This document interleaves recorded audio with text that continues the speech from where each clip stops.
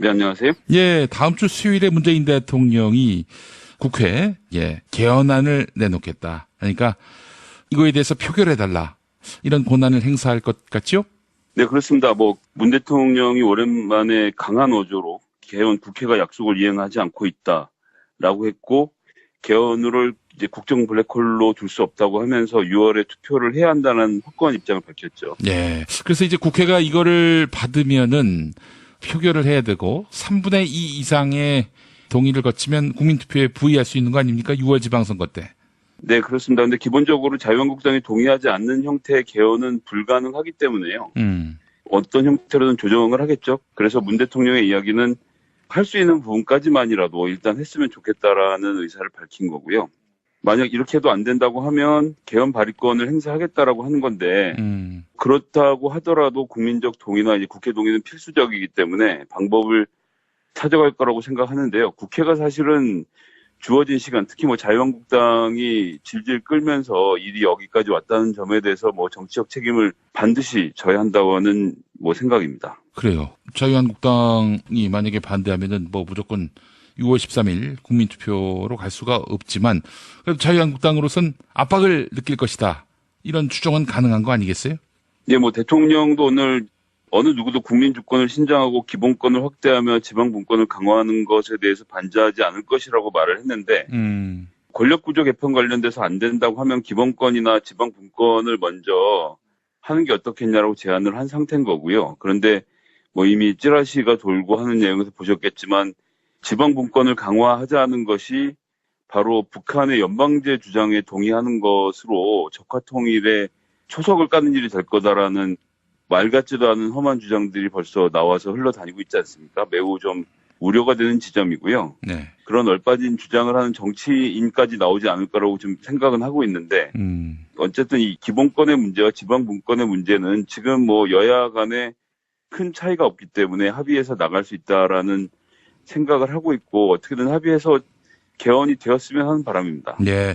그러니까 국회에서 합의해가지고 개헌안을 만들어 놓고 그리고 자기들이 또 표결해서 그러면 아무래도 합의가 됐다면 3분의 2 이상의 동의를 구할 것이고 그렇게 해서 6월 13일 국민투표에 붙인다면은 이것처럼 아주 환상적인 그림이 어디 있겠습니까? 그런데 국회에서는 전혀 그런 합의는 이루어지지 않았고 그냥 정쟁만 하다가 여기까지 온 거 아니겠어요? 그래서 문 대통령이 아무래도 안 되겠다. 내가 나서서 추동해야 되겠다. 견인해야 되겠다. 이런 마음으로 안을 만들었고 그래서 이제 이거 갖고 국회하고 타협을 봐서 국회 표결에서 3분의 2 이상의 동의를 구하고 그렇게 해서 6월 13일 국민투표에 붙이겠다는 거 아니에요? 일단 타임라인부터 저희가 정리를 좀 해보면요. 예. 3월 12일에 초안이 확정이 된 상태인 거고 13일에 그 문재인 대통령에게 정부 개헌안이 보고가 됐고요. 좀 전에 김 PD님 말씀하신 대로 21일에 이제 만약 안 된다면 대통령이 정부 개헌안을 발의할 것이고 공고를 하고 20일 동안 그 공고 내용을 유지를 해야 됩니다. 그렇게 한 다음에 공고 이후에 60일 이내에 재적의원 3분의 2 이상의 찬성을 해야 국회 의결을 하게 되고요. 그렇게 되면 5월 25일쯤이 될 것 같은데요. 대통령이 국민투표를 공고해서 개헌투표를 6월 13일 지방선거일에 맞춰서 하는 것이 일단 타임라인으로 저희가 볼 수 있겠고요.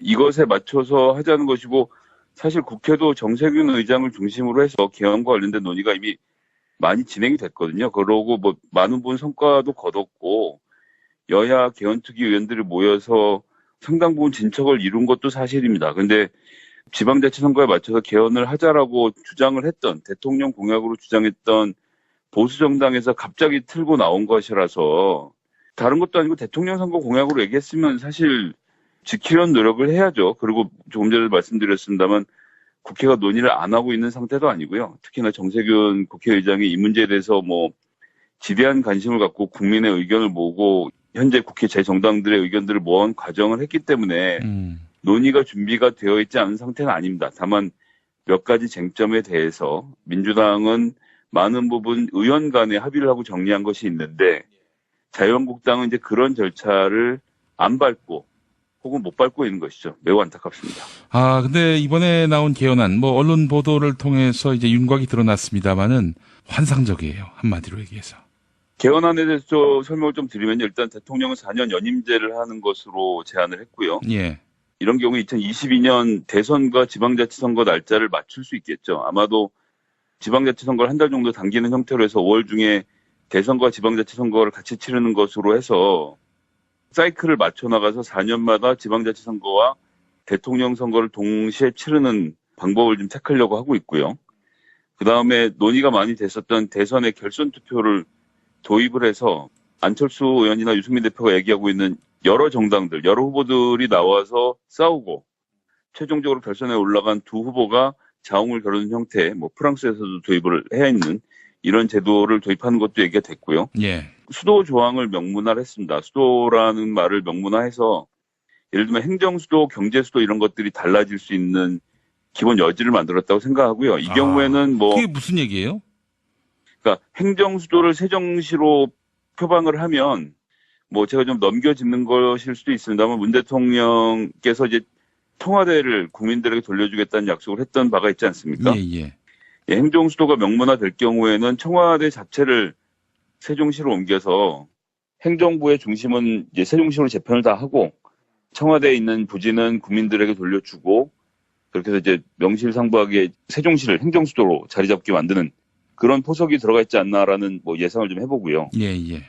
그다음에 이제 5.18 민주화운동을 헌법 전문에 포함시킴으로써 현대사의 가장 가슴 아픈 순간이었고 또 민주화운동의 변곡점이 된 5.18 정신을 기리겠다는 본인의 공약을 지키는 일이 됐고요. 그다음에 사법민주주의를 강화하고 국회 같은 경우 이제 감사원을 국회 쪽으로 예산도 옮겨오는 것에 대해서 좀 더 심도 있는 논의를 이루게 되는 것 같습니다. 그리고 감사원 같은 경우는 독립기구로 만드는 것이 좋겠다. 지금 현재는 대통령 산하에 있기 때문에 대통령에 의해서 감사를 하는 본래의 기능은 행정부를 감사하는 건데 행정부를 감사하는데 행정부의 수반인 대통령이 감사권을 갖고 있다는 자체가 좀 맞지 않았기 때문에요. 예. 헌법기구로 하는 것이 필요하겠다라는 의견을 냈고 국회랑 좀 더 밀접하게 일을 할 수 있도록 만드는 것을 논의를 했고요. 이게 사실 말이 안 됐던 게 어떻게 행정부에 예속된 감사원, 이런 감사원이 행정부를 감시 감독할 수 있겠는가 하는 그런 의문이 있었어요. 네, 그렇습니다. 이제 그래서 그런 부분들을 헌법기구로 이제 독립기관으로 만들겠다라는 것을 기본 의지를 밝혔고요. 예. 그다음에 이제 제왕적 대통령제라는 비판에 대해서 헌법 66조 1항에 대통령은 국가의 원수이며 외국에 대하여 국가를 대표한다 이렇게 되어 있는데 예. 이 부분은 삭제하고 행정부의 수반이자 국가를 대표하는 지위로 대통령을 자리매김하겠다라는 겁니다. 원래 국가 원수 조항은 72년에 유신헌법에서 시작이 된 거라 대통령에게 필요 없는 조항이었고요. 그렇기 때문에 행정부의 수반이 되는 것이고 그래서 조금 전에 말씀드렸지만 이런 작업들을 봤을 땐 행정부의 수반이니까 행정부를 행정수도인 세종시로 옮기는 일련의 과정들이 좀 자연스럽게 일어나지 않겠나라고 보고요. 그다음에 예산의 목적, 내용, 집행 기준 등을 법조문으로 만들어서 국회가 의결하는 예산 법률주의 도입을 검토를 했습니다. 그래서 대통령과 행정부가 예산을 마음대로 짜는 기능을 좀 많이 줄이는 것. 미국 같은 경우는 예산 전체를 국회가 짜고 있죠. 예. 그다음에 정부의 법률안 제출권, 대통령의 특별 사면권 같은 권한도 이제 분산하는 방식으로 진행이 될 거로 보이고요. 보고가 이미 이루어졌고 그것에 대해서 이제 정혜구 위원장이 인터뷰한 내용들을 통해서 보면 이제 그런 정도의 내용들을 바꾸는 게 되지 않을까라는 예상을 저희가 좀 해볼 수 있고요. 예. 그리고 이제 또 지방자치와 관련돼서 중요한 얘기는 이제 제2국무회의를 만드는 겁니다. 그래서 현재 지방자치단체장들과 대통령이 국무회의를 만들고 정기적으로 만남을 가지면서 지방자치제를 동등한 파트너로, 행정의 파트너로 삼는 지점이 또 준비가 되기 때문에요. 그런 것들이 또 이제 좀 강화됐다고 보겠고, 국회를 견제하는 방법으로는 국회의원을 소환하는 소환제를 도입을 하고. 드디어 이제 국회의원도 국민들이 이제 리콜을 할 수 있는 그런 계기가 마련되는군요. 네, 그렇습니다. 그리고 이제 국민 발안제라고 해서 국민이 법안을 발의할 수 있는 제도도 헌법상에 명시를 해서 말 그대로 국민들이 참여하는 정치, 국민들이 참여하는 입법 활동을 할 수 있도록 만드는 것이 또 이번에 들어올 것 같습니다. 김어준만 예언하는 게 아니라 저도 예언하겠습니다. 국민 발안제 또 국민 소환제 이거 빼자. 빼면 합의해주겠다. 자유한국당이 틀림없이 나올 거라고 전 예언합니다. 예. 국회의원 소환제와 관련돼서는 제가 나중에 기회가 있을 때 또 한 번 더 말씀드리긴 하겠는데요. 예. 뭐 여러 가지로 논의해 볼 포인트가 있습니다. 왜냐하면 예를 들어서 영남에서 천신만고 끝에 민주당이 여러 가지 과정을 통해서 당선이 됐을 경우에 예. 제가 보기에 이제 소환제가 어떻게 적용이 될지는 이제 디테일한 걸 좀 들여다봐야겠지만 예. 거의 100% 국민 소환제로 소환이 돼서 재선거를 치르는 일들이 발생할 수 있다는 것이 좀 우려가 있고요. 아, 그렇군요. 왜냐하면 이제 소환제라고 하면 보통 20% 정도 주민들이 동의하면 진행을 하게 되는데 자유한국당과 무소속 후보가 경쟁하는 가운데 민주당이 3파전으로 국회의원이 되는 경우 나머지 두 파가 마음을 같이 먹고 소환을 하고 이제 이런 시나리오들이 가능하거든요. 예. 그런 점은 뭐 지금 당장 조문이 나온 것이 아니라 제가 뭐 섣불리 말씀드리기 좀 어렵고요. 하지만 국회의원들이 견제받아야 하는 것은 맞지만 4년마다 선거를 통해서 지난 선거 때도 무려 40%의 국회의원들이 갈려 나가지 않았습니까? 초선 비율이 그렇거든요. 그렇기 때문에 저는 지금도 입법부에 대한 국회의원들에 대한 견제는 작동하고 있다라는 점을 좀 말씀드리고 싶고 4년의 임기를 보장해 주는 것이 우리 청취자분들께서 마음에 안 들어하는 의원은 빨리 좀 내보내고 싶은 마음도 있으시겠지만 예. 저기 강원도 CCT의 K모 의원 같은 경우가 그렇죠. 네, 그렇습니다. 뭐 그렇게까지 망신을 당할 수도 있는 이유를 잘 모르겠지만 하여튼 그런 경우들이 있지만 또 한편으로는 지역사회에서 다른 식의 역공도 가능하다는 점도 좀 같이 염두에 두어 주셨으면 하는 말씀을 드리겠습니다. 예. 아, 그런 맹점이 있었군요. 전 우리 김성회 보좌관 방송에서 우리는 분명히 좋은 거라고 생각했는데 현실 정치에 대입해 보면 이런 구멍이 있었구나. 이런 반전이 있었구나. 이런 맹점이 있었구나. 이걸 짚어주실 때 굉장히 유익해요.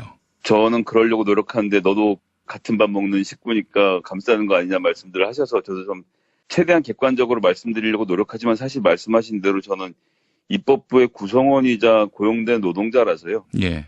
제가 보는 방향이 편향돼 있을 수밖에 없는 점에 대해서는 저도 인정을 하고요.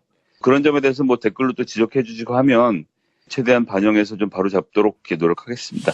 사실은 민주당도 그렇지만은 예를 들어 민중당 같은 진보정당 이 밥이 될 가능성이 높아요.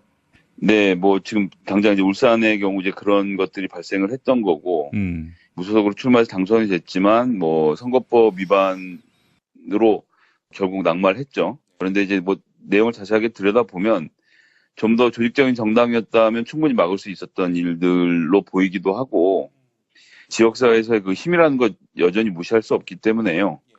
험지에서 당선된 사람들의 어려움도 있을 것이다라는 말씀을 좀 드리고 싶었습니다. 그래서 이제 뭐 문 대통령이 오늘 했던 얘기 중에 제가 꼭 나누고 싶었던 이야기는요. 이렇게 말씀을 하셨습니다. 개헌은 헌법 파괴와 국정농단에 맞서 나라다운 나라, 정의로운 대한민국을 만들자고 외쳤던 촛불 광장의 민심을 헌법적으로 구현하는 일이라고 구현을 했습니다. 그렇기 때문에 전 이 점에 대해서 뭐 동의하고 정말 많은 국민들이 동의해 주시는 내용이라고 생각을 하고요. 좀 이런 정신에 맞춰서 자유한국당도 민심에 너무 역행하지 말고 함께 좀 보조를 맞춰서 헌법 개정에 동참해 줬으면 하는 바람을 좀 가져봅니다. 예, 알겠습니다. 자, 김성회 보좌관님, 오늘 MB가 소환됩니다. 감회가 어떠세요? 저는 뭐 일단 전 재산을 헌납하시고 변호사 고용할 비용도 없이 외롭게 이 검찰 조사를 받으러 가시는 그 이명박 전 대통령의 어떤 그 아픔, 괴로움 이런 것도 매우 통쾌하게 생각하고 있고요.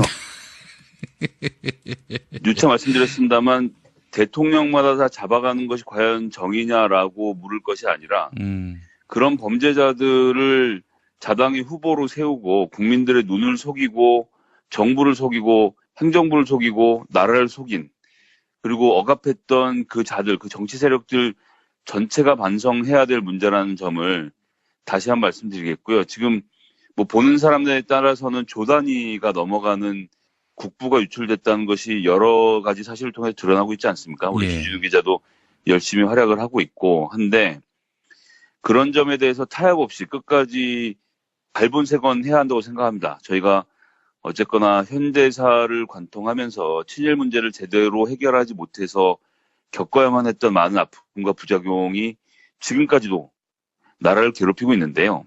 국가가 바로 서려면 국가를 상대로 도둑질하는 사람들은 끝까지 찾아서 엄벌해야 한다라는 점을 힘주어 말씀드리고 싶고요. 이것은 정치 보복도 아니고 뭣도 아니고 그냥 말 그대로 사법적으로 잘못한 자들을 단죄하고 처벌하는 겁니다. 그래서 저는 이명박이 구속되느냐 마느냐 이런 문제를 말씀드리고 싶지는 않고 앞으로 길게 이루어질 재판 과정, 검찰이 좀 더 힘내서 끝까지 모든 것을 추적했으면 좋겠다고 생각하고 여권도 마찬가지로 정부도 마찬가지로 이 문제에 대해서는 누구와도 타협 없이 법대로 처리하기를 진심으로 악망하고요. 그 점에 대해서는 조국 수석도 검찰의 수사에 대해서는 전혀 개입하지 않겠다라고 했고 지금까지 그 약속을 철저하게 지키고 있는 것이 여러 사건을 통해서 검증되지 않았습니까? 예. 이번 문제야말로 좌고우면 없이 국민만 바라보고 사실관계를 파헤쳐서 단죄는 물론이고 그 유출된 국부들 지금 어디에 숨어 있는지 모르는 돈을 1원까지 다 찾아내서 꼭 돌려받았으면 좋겠습니다. 예, 알겠습니다.